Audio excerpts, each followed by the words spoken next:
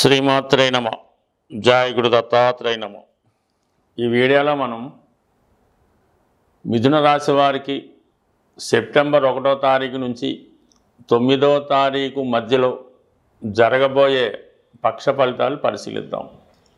ముఖ్యంగా రాశ్యాధిపతి బుధుడు ఈ పక్షమంతా కూడా తృతీయ స్థానంలో రవితో కలిసి ఏర్పడినటువంటి నిపుణ యోగం, అలాగే బుధాదిత్య యోగం, జాతకుడు చేసే ప్రయత్నాలు చాలా వరకు విజయవంతం అవ్వడం జరుగుతూ ఉంటుంది. మీ యొక్క ఈ ప్రయత్నంలో మీకు ప్రభుత్వ అధికారులు కానీ ప్రముఖ వ్యక్తులు కానీ సహకరించడం జరుగుతుంది. వృత్తిలో అనూహ్యంగా అభివృద్ధి రావడం జరుగుతుంది. ఒక బాధ్యతతో కూడుకున్నటువంటి పదవి లేదంటే ఒక బాధ్యత మీకు పై అధికారులు అప్పచెప్పడం జరుగుతూ ఉంటుంది. దాన్ని మీరు చాలా సమర్థవంతంగా నిర్వహించడం కూడా జరుగుతూ ఉంటుంది. అంటే ఇక్కడ మీ యొక్క జ్ఞాపక శక్తి పెరుగుతుంది, మీలో టాలెంట్ పెరుగుతుంది, మీ నైపుణ్యం గుర్తింపు రావడం జరుగుతూ ఉంటుంది. అటు మీరు ఫిల్మ్ ఇండస్ట్రీలో ఉన్నా, రాజకీయ రంగంలో ఉన్నా, వ్యక్తిగతంగా సాఫ్ట్వేర్ రంగంలో కానీ ఏదైనా ఇమేజిన్తో కూడుకున్నటువంటి ఆలోచనలు అంటే రచనలు చేస్తున్న వాళ్ళు, ఇలాగా వార్తాపత్రికలు నడిపేవారు, యూట్యూబ్, టీవీ యాంకర్సు, ఈ విధంగా క్రియేటర్స్ వాళ్ళకి చాలా గొప్ప ఆలోచనలతో మీలో ఉన్నటువంటి నైపుణ్యాన్ని ప్రజెంట్ చేయడం, దానికి తగ్గ గుర్తింపు కూడా రావడం జరుగుతూ ఉంటుంది. ఎస్పెషల్లీ ఏదైనా రాశి యందు గురువు సంచరించినప్పుడు మీరు చేసే మంచి ప్రయత్నాలు, మంచి ఆలోచనలు చాలా వరకు నెరవేరుతూ ఉంటాయి. ఎస్పెషల్లీ మనకు ఒక సంవత్సరం బాగుంది లేదంటే ఒక నెల బాగుంటుంది అనుకున్నప్పుడు ఎస్పెషల్లీ రాశి యందు ఈ గురుగ్రహ సంచారం చేయడం వల్ల మీకు ఆటోమేటిక్గా గజకేసరి యోగం యాక్టివేట్ అవుతూ ఉంటుంది. అంటే చంద్రుడు మిథున రాశిలో ఉండగా మీరు జన్మించారు కాబట్టి మీకు మిథున రాశి అవుతుంది. అక్కడ గురువు రావడంతో ఏమవుతుందంటే ఆటోమేటిక్గా ఒక గజకేసరి యోగం యాక్టివేట్ అవ్వడం వల్ల సాధారణంగా చంద్రుడే ధన సంపాదన కారకుడు, మన ఆలోచనలకి కష్ట సుఖాలకి అన్నీ కారకుడు. అంటే మనసును బట్టి మన సంతృప్తి ఉంటుంది.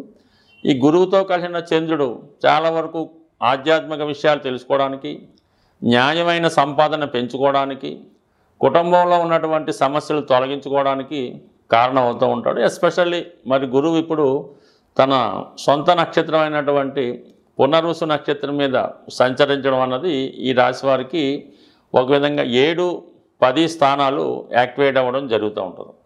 సప్తమ స్థానంలో ఏ గ్రహం లేకపోవడం వల్ల సంపూర్ణంగా గురువు ఈ సప్తమ భావ ఫలితాలు జాతకుడికి ఇవ్వడం జరుగుతూ ఉంటుంది. అంటే వివాహ విషయంలో చాలా మనసు విప్పి భార్యాభర్తలు అండర్స్టాండింగ్ రావడం జరుగుతూ ఉంటుంది. ఒకరినొకరు మాయ చేసుకోకుండా చాలా నిష్కలంకంగా ఒకరికొకరు సహాయం చేసుకుంటారు. అలాగే మీ యొక్క వివాహ ప్రయత్నాలు, విదేశ ప్రయత్నాలు ఫలిస్తూ ఉంటాయి. కొత్త వ్యవహారాలు, కొత్త వ్యాపారాలు చేద్దామనే మీ ఆలోచనకి తగిన కార్యరూపం దాల్చడం జరుగుతూ ఉంటుంది. ముఖ్యంగా విదేశ ప్రయత్నాలు, దూర ప్రాంత ప్రయత్నాలు ఫలించే అవకాశాలు ఉంటాయి.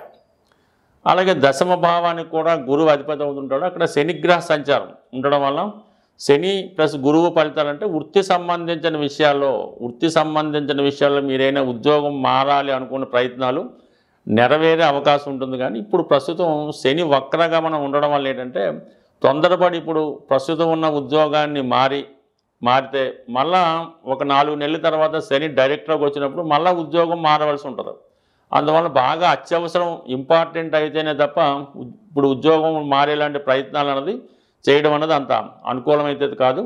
అయితే ఉద్యోగంలో అభివృద్ధి కానీ, ప్రమోషన్ కానీ, లేదా కొత్తగా ఉద్యోగ ప్రయత్నాలు చేస్తున్న వారికి కొత్త ఉద్యోగ ప్రయత్నాలు ఫలించిన 100% టేకప్ చేసుకోవచ్చు.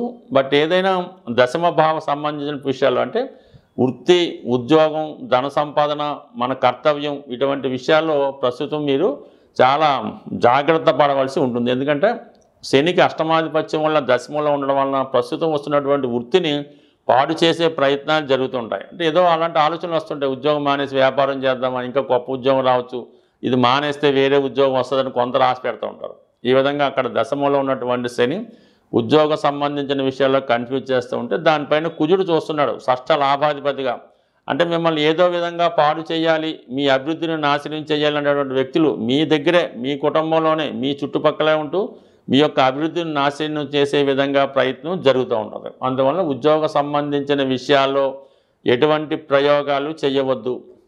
అలాగే స్థిరాస్తి అమ్మాలనే మీ ఆలోచన కూడా చాలా వరకు విరమించుకుంటే మంచిది. అయితే ఒక సందర్భాలు ఏంటంటే ఇప్పుడు ఇల్లు మారాలన్నా, విదేశం వెళ్ళాలన్నా, ఒక ప్రాంతం నుంచి ఒక ప్రాంతంగా మారాలన్నా చాలా సులువుగా మీ ప్రయత్నం నెరవేరుతూ ఉంటుంది. అయితే ఈ ప్రయత్నంలో చాలా ధనం కూడా ఖర్చు అవ్వడం జరుగుతూ ఉంటుంది. కొన్ని అసంతృప్తులు, కొన్ని గొడవలు, కొన్ని అభిప్రాయ భేదాలు కూడా రావడం జరుగుతూ ఉంటుంది. ఎక్కువగా స్థిరాస్తి సంబంధించిన విషయాల్లో చాలా అభిప్రాయ భేదాలు, విభేదాలు రావచ్చు. అలాగే ఏదన్నా మీ యొక్క స్థిరాస్తి ఇతరుల ఆధీనంలో తీసుకోవడం కానీ, కబ్జా చేయడం కానీ ఇలాంటివి కూడా జరిగే సూచనలు ఉన్నాయి. కాబట్టి ఏదైనా ఇటువంటి స్థిరాస్తికి సంబంధించిన లావాదేవీల్లో చాలా వరకు జాగ్రత్తగా వ్యవహరించడం మంచిది. అయితే ఇవన్నీ ఒక పక్కన పెడితే ప్రస్తుతం ధనస్థానంలో శుక్రగ్రహం చాలా వరకు కుటుంబంలో ఎక్కువగా ఎంటర్టైన్మెంట్ కార్యక్రమాలు జరుగుతూ ఉంటాయి. కుటుంబంలో ఏదో ఒక శుభకార్యం జరుగుతుంది. కుటుంబ సమేతంగా మీరంతా ఏదైనా ఒక పెళ్ళికి కానీ, ఒక విహారయాత్రకు కానీ, ఒక వినోద కార్యక్రమం కానీ ప్రజెంట్ అవ్వడం జరుగుతూ ఉంటుంది. అలాగే మీ యొక్క పిల్లలు అంటే మీ యొక్క కూతురు కానీ, కుమార్తె కానీ, మీ పిల్లలు కానీ దూరం కానీ, విదేశం కానీ ఉంటే వాళ్ళు ఈ సమయంలో మీ కుటుంబంలో కలుసుకుంటారు. కుటుంబ సభ్యులు పెరుగుతూ ఉంటుంది. అంటే కుటుంబ సభ్యుల సంఖ్య పెరుగుతుంది. అంటే మీ కుటుంబంలో ఒకరి సంతానం కలగడం కానీ, వ్యక్తిగతంగా మీకు సంతానం కలగడం కానీ, అంటే వివాహం నిశ్చయం అవడం ద్వారా కొత్త బంధువులు మీ కుటుంబంలో కలగడం కానీ జరుగుతూ ఉంటుంది. బట్ ఏదైనా అటు సినిమా రంగంలో ఉన్న వాళ్ళకి, క్రియేటివ్ రంగంలో ఉన్న వాళ్ళకి, మార్కెటింగ్ ఫీల్డ్లో ఉన్న వాళ్ళకి కూడా చాలా వరకు ఈ ధనస్థానంలో ఉన్నటువంటి శుక్రుడు మీకు చాలా సహకరించే అవకాశం జరుగుతుంది. కుటుంబ ప్రతిష్ట పెరగాలనే ఉద్దేశంతో కుటుంబ అవసరాలకు మించి విలువైన వస్తువులు, సమాచారాన్ని కొనుక్కుంటూ ఉంటారు. గృహాన్ని అందంగా అలంకరించే ప్రయత్నం చేస్తూ ఉంటారు. అంటే మోస్ట్ ఆఫ్ ది మనీ కుటుంబంలో ఉన్నటువంటి వారికి ఖర్చు పెట్టడం జరుగుతూ ఉంటుంది. బట్ ఏదైనా మిథున రాశి వారికి గ్రహాల స్థితి అనుకూలంగా ఉంది.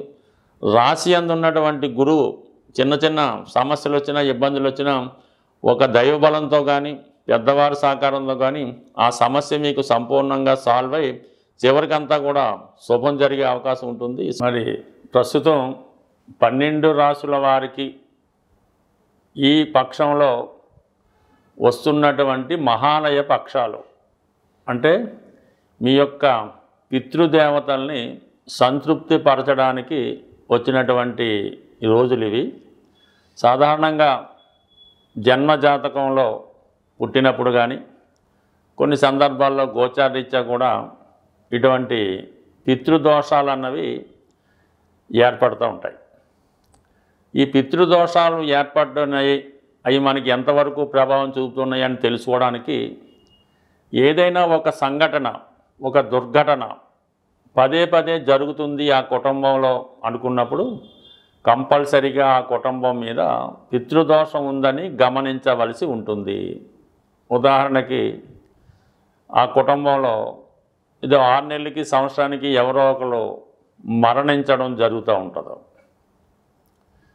కొంతమందికి వారి యొక్క పెంపుడు జంతువులు మరణించడం, మళ్ళీ ఇంకోటి తెచ్చుకుంటే మళ్ళీ 6 నెలలు చనిపోవడం. అలాగే మనకి ఈ పాడినిచ్చే గోవులు కానీ, గేదెలు కానీ ఏదో కారణం వల్ల అవి చనిపోవడం జరుగుతూ ఉంటుంది. తరచూ గృహంలో దొంగతనాలు జరుగుతున్నాయి. ప్రతిసారి మనకి ఉద్యోగంలో పోగొట్టుకోవడం జరుగుతుంది. ఆ కుటుంబంలో నిరుద్యోగులు ఎక్కువ మంది అయ్యారు. ముఖ్యంగా సంతానం పదే పదే ప్రెగ్నెన్సీ అబార్షన్ అవుతుంది. ఇవన్నీ కూడా పితృదోషానికి కారణం అవుతూ ఉంటాయి. అలాగే ఇంట్లో కుటుంబ సభ్యుల మధ్య గొడవలు, ఒకరికొకరు కొట్టుకోవడం, ఇవి కూడా దానికి కారణం అవుతూ ఉంటుంది.